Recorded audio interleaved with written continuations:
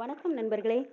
ஆடி வெள்ளிக்காலை வணக்கம். நாளும் கிழமையும் பார்த்தா ஆடி மாதம் 2வது வெள்ளிக்கிழமை. இன்னைக்கு நம்ம வீட்டு வாசல்லையும் கோலத்தை போட்டு மகாலட்சுமியை வரவேற்கலாம். விசேஷமான நாட்களை நம்மளும் வரவேற்கலாங்க. இன்னைக்கு ஆடி வெள்ளிங்கிறதுனால பக்கத்தில் இருக்கிற மாரியம்மன் கோயிலுக்கு தான் போகலான் இருக்கேன். எழுந்திரிச்சு கோழியெல்லாம் திறந்து விட்டுட்டு மறுபடியும் வாசலில் இருக்கிற குப்பையில் கூட்டணும். வாசலை தொளிச்சு குப்பையை கூட்டி அள்ளி எடுத்து கொட்டிட்டு கோலத்தை போடலாம். என்ன கோலம் போடலான்னு யோசிச்சு பார்த்தேன். நல்ல கோலமாக தேர்ந்தெடுத்து ஒரு கோலத்தை போடலாம் அப்படின்ட்டு கோலத்தை தேர்ந்தெடுத்தேன். அதில் ஒருத்தர் போட்டிருந்த அழகான இந்த கோலத்தை நானும் என் வாசலில் போடலான்ட்டு இன்றைக்கி நான் போட்டிருக்கேங்க. 6 புள்ளியை வச்சு திரும்பவும் 6 புள்ளி, இந்த பக்கம் 2 வருஷம் இந்த பக்கம் 2 வருஷம் போட்டு அதிலேருந்து ஒரு ரங்கோலி கோலமாக ஒரு அழகான கோலமாக வந்துருச்சுங்க.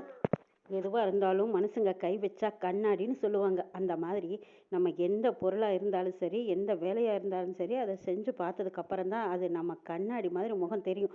அதில் இருக்கிற சந்தோஷமும் நம்ம முகத்துலேயும் சரி, அகத்துலேயும் சரி அவ்வளோ ஒரு குறிப்பாக இருக்குங்க. இந்த கோலத்தை போட்டதுக்கப்புறம் பார்த்தா என் மனசில் அவ்வளோ சந்தோஷம் இருந்துச்சு. அடடா, நம்ம பார்த்ததையும் நம்ம போடுறோமே, இந்த அளவுக்கு நம்மளுக்கு ஒரு திறமை இருக்கா அப்படின்னு நமக்கு நாமே பாராட்டிக்கக்கூடிய ஒரு ஓரத்தில் நம்ம மனசுலையும் நம்மளை நாமே பாராட்டுவோம் இல்லையா? அந்த மாதிரி தான் என் மனசுலையும் எனக்குள்ளே நானே பாராட்டிக்கிட்டேன். மற்றவங்க கிட்ட பாராட்ட நம்ம எதிர்பார்க்க முடியாது. எதிர்பார்த்தாலும் அது வேஸ்ட். நம்ம காலையே நாம தொட்டு கும்பிடுற மாதிரி அது தேவையில்லை. நம்மளுக்கு எது திருப்தியாக இருக்கோ அதை நம்ம செஞ்சுட்டு போயிட்டே இருக்க வேண்டியதுதான். அதே மாதிரி இப்போ கோலத்தை போட்டாச்சு. அடுத்தது போனதும் ஒரு டீயை போட்டு குடிக்கணும். அடுத்தது சமையல் வேலையை படப்படன்னு ஆரம்பிக்கணும். சமையலை முடிச்சுட்டு தலைக்கு குளிச்சுட்டு இன்னைக்கு வேலைக்கு போய் வேலையும் திருப்தியாக செஞ்சு முடிச்சதுக்கு அப்புறமா சாயந்தரமாக திருப்தியாக நம்ம மாரியம்மன் கோயிலில் ஒரு 10 நிமிஷம் உட்காந்து நல்லா மனசார சாமியை கும்பிட்டு திரும்ப வீட்டுக்கு வரணுங்க. அதுதான் திருப்தி, அதில் தான் சந்தோஷம். உண்மையை சொல்லணுன்னா உழைப்பில் தாங்க தெய்வமே இருக்குது. சலுப்பை காட்டாமல் உழைப்பை உயர்வாக நினச்சோன்னா அந்த உழைப்பு என்றைக்கும் நமக்கு கை கொடுக்கும். அப்படி நம்ம ஆரோக்கியமாக என்றைக்கும் இருந்து இந்த உழைப்பையே மேன்மையாக கொண்டு நம்ம வாழ்ந்து காட்டணும். அதுதாங்க வாழ்க்கை. உழைப்பை கஷ்டமாக நினச்சோன்னா நம்ம வாழ்க்கையவே நாமளே படுகுழியில் தள்ளி நாமளும் அதில் விழுற மாதிரி ஆகிடும். அதனால் இந்த உழைப்பை மட்டும் நம்ம என்றைக்கும் உயர்வாக நினைக்கணுங்கிறது தான் ஆதி காலத்திலேருந்து இன்னை வரைக்கும். மண்ணுக்கும் பொண்ணுக்கும் மதிப்பு அதிகமாக இருக்குது. மண்ணுங்கிறது நிலம், பொண்ணுங்கிறது தங்கம். இந்த இரண்டுமே என்றைக்கும் தரத்தில் குறையாது. அதே மாதிரி தான் பொண்ணுங்களோட மதிப்பும் என்றைக்கும் குறையாது. நம்மளாக இருந்தோன்னா நமக்குன்னு ஒரு மதிப்பு மரியாதையும் தன்னால் தேடி வரும் பாருங்க. அந்த மாதிரி தான் நம்ம மதிப்பை உயர்த்திக்கிட்டே போகணும். தினம் தினம் நம்ம வாழ்க்கையில் நம்ம எத்தனையோ சந்திக்கிறோம், எத்தனையோ கஷ்டங்களை நம்ம தாண்டி வந்துட்டுருக்கோம். அதையெல்லாம் தூக்கி போட்டுட்டு நமக்குன்னு சில வேலைகளையும் கடமைகளையும் நாமளே செஞ்சு போயிட்டு பாருங்களேன். நம்ம வீட்டில் இருக்கிறவங்களும் சரி, வெளியில் இருக்கிறவங்களும் சரி, நம்மளை தேடி ஒரு 4 வார்த்தை மதிப்போடும் மரியாதையோடும் பேசும்போது அதில் இருக்கிற கௌரவம் தான் நமக்கு கெத்தாக தெரியும். எங்கேயோ காத்தடிக்குது, எங்கேயோ மழை பெய்யுது, ஏதோ பேசுகிறாங்க, எதுக்கோ சிரிக்கிறோம், இப்படியெல்லாம் பேசிகிட்டே போயிட்டு இருந்தா நமக்குன்னு எந்த ஒரு மதிப்பும் மரியாதை எதுவும் கிடையாது. அட அவளா அப்படிங்கிற மாதிரி தூக்கி போட்டுட்டு போயிட்டே இருப்பாங்க. ஆனால் அந்த இடத்துல நம்ம இருக்கக்கூடாதுங்க.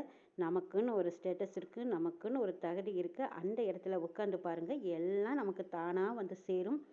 ஆடி மாதம் அனைத்து விசேஷங்களையும் அழைச்சிட்டு வருது. ஆடி பட்டம் தேடி விதைக்கணும். ஆடி அமாவாசையில் விதைகள் எதுவாக இருந்தாலும் ஊனி பாருங்கள், அதில் இருக்கிற பலன் நிறைய கிடைக்கும்.